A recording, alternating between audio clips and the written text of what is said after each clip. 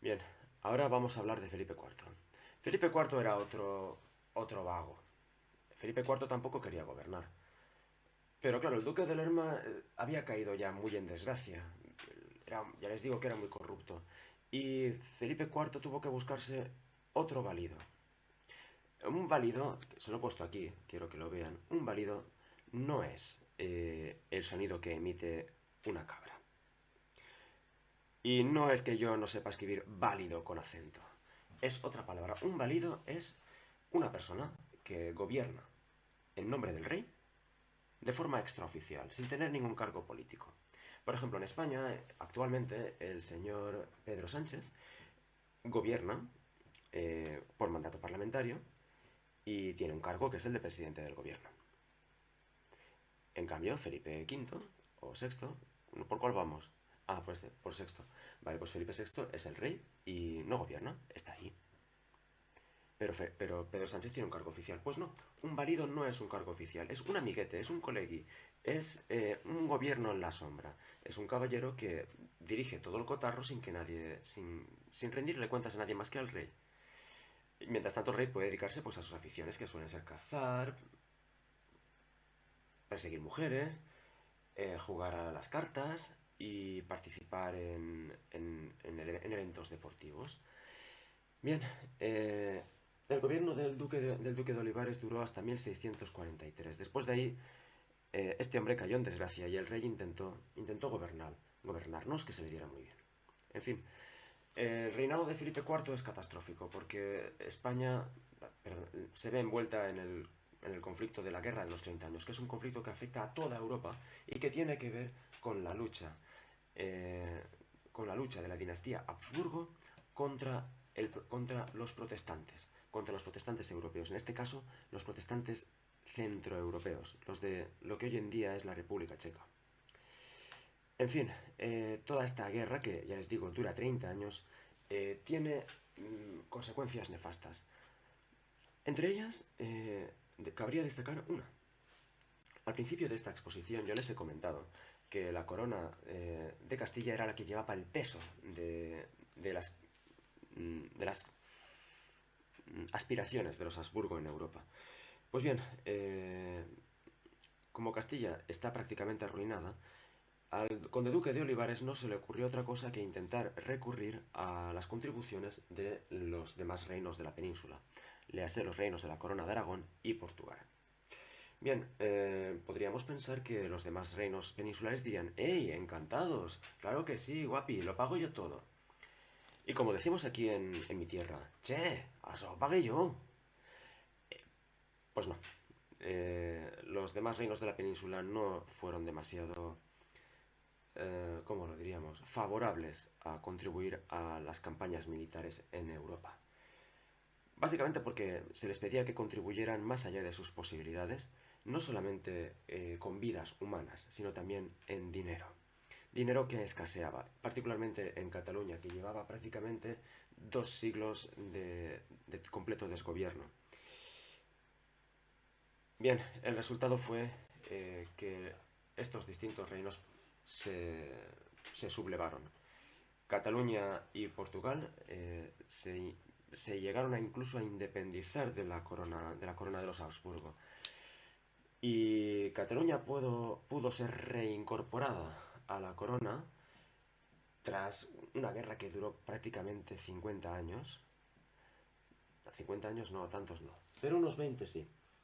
Y que involucró a Francia, curiosamente. Bien, ¿y saben cómo consiguieron que se reincorporase Cataluña a la monarquía de los Habsburgo? Pues prometiéndoles respetar su completa autonomía. Con Portugal ni por esas. Portugal dijeron, chicos, eh, nos gustáis mucho, pero hemos pensado que podemos hacer un gran negocio vendiéndoos toallas, así que pasamos de vosotros. Queremos seguir siendo independientes. Y además, tenemos un amigo que nos ayuda, Inglaterra. A vosotros, ¿quién os ayuda, eh? Castellanos, no os ayuda nadie. Hasta luego, Lucas. Bien, la guerra de los 30 años tuvo consecuencias más directas. En el año 1643, las fuerzas de tierra castellanas fueron aniquiladas en la batalla de Rocroi. Los famosos tercios de Flandes fueron prácticamente liquidados casi hasta el último hombre. Eso sí, murieron con honor, pero murieron.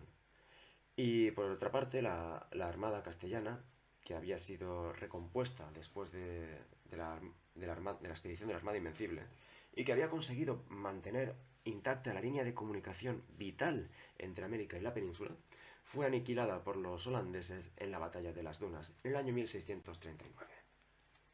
A partir de entonces, las comunicaciones entre América y la península van a ser constantemente saboteadas por ingleses y holandeses, particularmente por los holandeses, que en este momento se convirtieron en una superpotencia.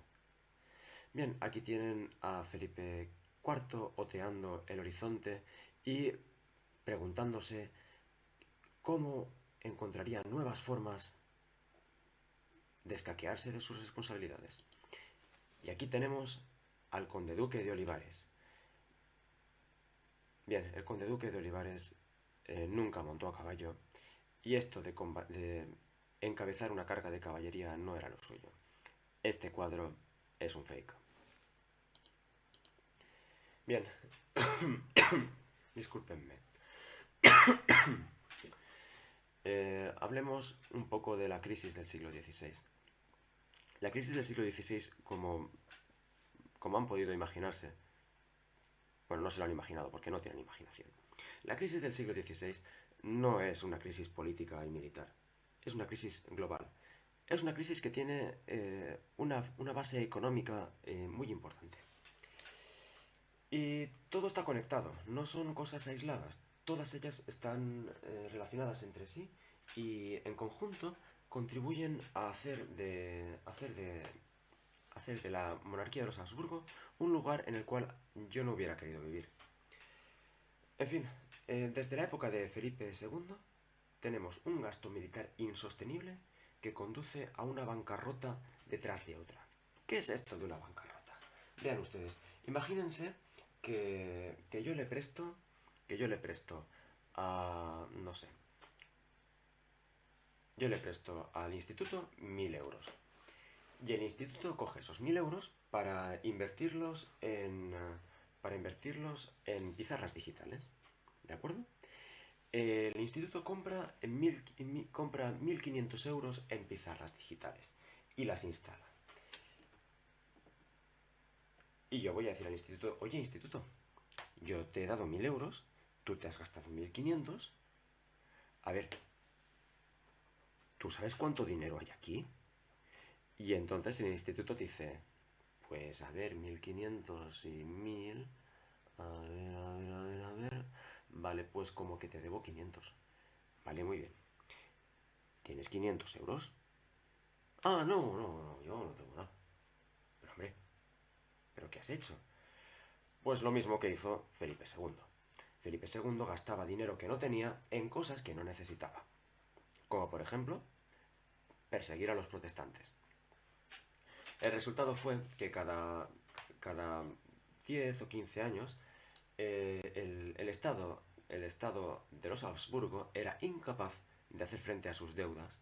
Porque lo que hacían era básicamente esto. Pedían dinero prestado para combatir y luego ese dinero que tomaban prestado lo pagaban a partir lo pagaban a los banqueros por medio de dos fuentes. Los impuestos que se cobraban en Castilla y la parte que se quedaba a la monarquía de los envíos de metales preciosos, plata y oro, que llegaban de América. Vean ustedes, la monarquía se endeuda para librar guerras en Europa. Piden prestado dinero a banqueros de los Países Bajos, de Alemania y de Italia, sobre todo de Italia. Cuando llega el dinero, cuando llega la hora de pagar las deudas, lo que se hace es recurrir a lo que se recauda en la península y lo que viene de América. Pero si lo que se recauda en la península y lo que viene de América no es suficiente, el Estado no puede pagar y se declara en bancarrota. Y dirán ustedes, pero bueno, ¿y luego cómo es que le vuelven a prestar dinero a la monarquía? Pues muy sencillo, porque la monarquía nuevamente, cuando vuelve a pedir prestado dinero, se compromete a pagar más intereses, con lo cual los banqueros vuelven a invertir. Es una situación en la cual ganan dinero los banqueros y pierden dinero ¿quién? Los pobres desgraciados que pagan impuestos. Además, la presión fiscal en Castilla no era equitativa, porque la presión fiscal en Castilla recaía particularmente sobre las clases bajas, por medio de impuestos directos como la famosa alcabala. Bien, esto lo que hacía era que la población fuese cada vez más pobre. Si a esto le añadimos que hubo una crisis coyuntural producida por una serie de malas cosechas, lo que hizo fue que la gente, agobiada para pagar unos impuestos que no tenía dinero para pagar, abandonaba cualquier actividad productiva y se dedicaba a sobrevivir de la forma que podía. Eh, muchos campesinos abandonaban sus tierras, las regalaban a los aristócratas, a los nobles de su territorio, los vendían por 4 perras y procuraban emigrar. La miseria era generalizada. Pero eso no es todo. Se dio un fenómeno curioso, y es que en la península ibérica un recurso económico muy importante durante la Edad Media había sido la ganadería ovina, ovina con V y sin H, la ganadería de ovejas que producían lana, una lana de gran calidad que era muy solicitada por toda Europa. Lo que tenía de bueno este comercio de lana es que también había servido para alimentar una pequeña incipiente industria textil, por así llamarla. Esto de industria es un anacronismo, pero se puede utilizar. Una industria textil en la península ibérica, en Castilla concretamente. Desde Burgos hasta Ciudad Real proliferaba una pequeña industria que satisfacía el mercado local y que podría haber empezado a lucrarse exportando a las Américas. Pero claro, esta incipiente eh, industria eh, no podía competir en precios con la industria mucho más mecanizada y tecnológicamente mucho más adelantada de los Países Bajos, particularmente de ciudades como Honshode o Leiden. Vean ustedes, lo que hizo Felipe, lo que hicieron Carlos V y Felipe II fue eh, sacrificar la industria textil castellana para beneficiar a la industria textil de Flandes. A fin de cuentas, eran reyes tanto de Castilla como de Flandes. A cambio, concedieron grandes beneficios fiscales y grandes privilegios a los ganaderos castellanos. Con lo cual, gran parte de los territorios que se podrían haber dedicado a la agricultura se dedicaban a la ganadería de ovejas. La lana de estas ovejas se exportaba al resto de Europa, con el resultado de que la agricultura se empobrecía, la industria desapareció y los precios de los alimentos se dispararon. Claro, se había generado un clima en el cual Castilla se había convertido en un agujero negro en el cual no entraba el dinero. Lo único que hacía la riqueza en Castilla era salir a través de impuestos injustos que luego se destinaban a pagar una deuda absurda, a exportar a precio prácticamente de coste materias primas y convirtiéndose incluso en importadora de alimentos. Porque curiosamente Castilla dejó de ser autosuficiente en suministros ya en el siglo XVII. En fin, todo esto económicamente dio lugar a infinidad de reflexiones y de memorándums y de, y de, y de tratados que nuestros intelectuales y nuestros primeros economistas del siglo XVII intentaron poner en práctica para resolver el problema. No se hizo nada. Los problemas no se llegaron a solucionar en ningún momento. Y esto tuvo graves consecuencias sociales. Porque si te pones a trabajar y trabajando no te da para vivir, ¿para qué vas a trabajar? Si puedes vivir de la caridad, ¿por qué vas a trabajar? Es más, y si puedes desarrollar, si tienes dinero ya, y puedes encontrar el modo de vivir de tus rentas, es decir, que trabajen otros, ¿por qué vas a trabajar tú? Se creó en Castilla y posiblemente en otros reinos de la península, se generalizó una mentalidad hostil al trabajo. Es decir, el trabajo, el ganarse dinero por medio del trabajo, era considerado, por grandes sectores de la sociedad castellana, era considerado como algo propio de imbéciles. Es decir, lo que era propio de un verdadero castellano era ser propietario de tierras, vivir de rentas e ir a misa los domingos. Yo creo que los ideales castellanos del siglo XVII eran tres. Uno de ellos era el hidalgo, un pequeño aristócrata que vivía de las rentas que le proporcionaban sus propiedades agrícolas, que las trabajaban campesinos a sueldos de miseria, mientras aspiraba este hidalgo a obtener cargos militares o cargos políticos en la corte del rey. Este era un ideal.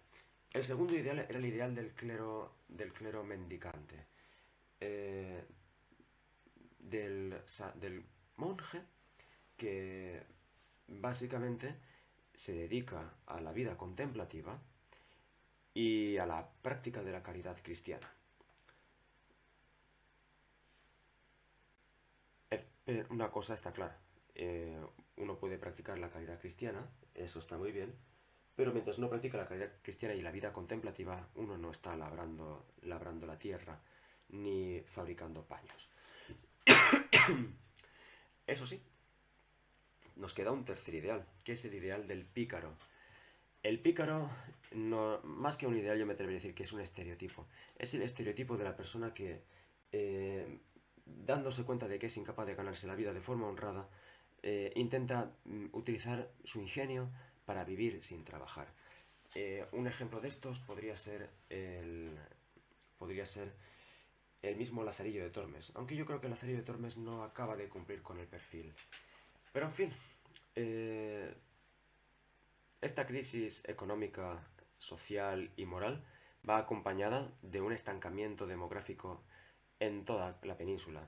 La población a lo largo del siglo XVII se mantiene prácticamente estancada.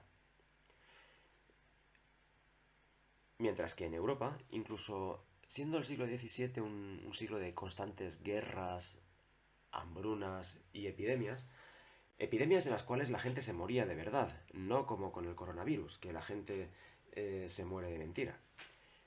Salvo ustedes. Ustedes, bueno, ustedes no pueden morirse porque ya están muertos por dentro. Bien. En la Castilla la población se mantuvo completamente estancada a lo largo de todo el siglo XVII. Para acabar de arreglar las cosas, la, la España del siglo de oro es una España aislada, a nivel cultural y a nivel científico. La península queda completamente aislada de cualquier avance científico. Cualquier avance científico, filosófico, médico. Eh, por ejemplo, las obras de Sir Francis Bacon, las obras de René Descartes, mm, los tratados de botánica, tratados de medicina, aquí en España no entraban. ¿Por qué? Porque para evitar que entrasen a través de los libros o a través de las universidades ideas cercanas al protestantismo, Felipe II decretó la más estricta censura y de la prohibición a los estudiantes de ir a estudiar al extranjero. Es decir, los universitarios castellanos tenían que quedarse en Castilla. Nada de irse de Erasmus. Y evidentemente esto tenía que ver con este afán de combatir el protestantismo. Esto se plasma en un movimiento cultural, político, espiritual que se llama la Contrarreforma, que alcanza su plasmación en el famoso Concilio de Trento. De eso ya les hablé cuando les expliqué la renovación de la vida religiosa y con la aparición de los ascéticos y de los místicos. Así que no diré más al respecto.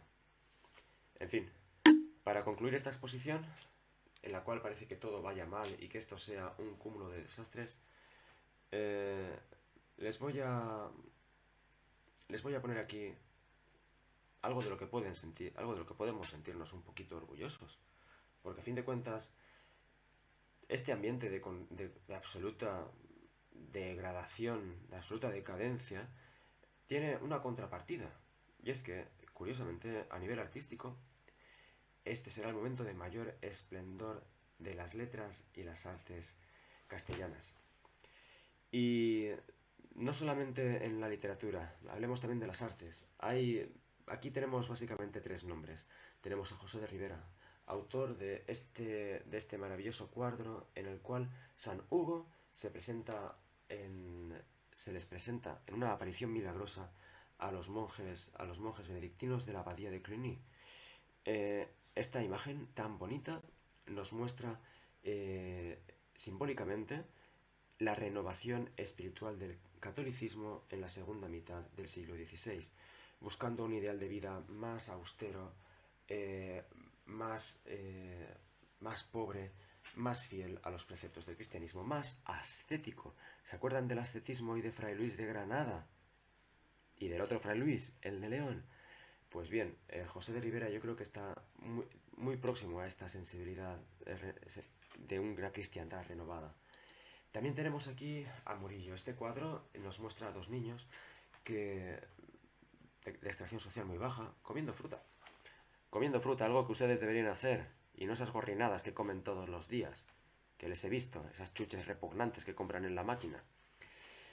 Bien, aquí podemos ver a dos pequeños pícaros. El cuadro es de Murillo, es precioso. Y por supuesto no podemos olvidarnos del que posiblemente sea nuestro mayor artista, nuestro mayor pintor, que es Velázquez.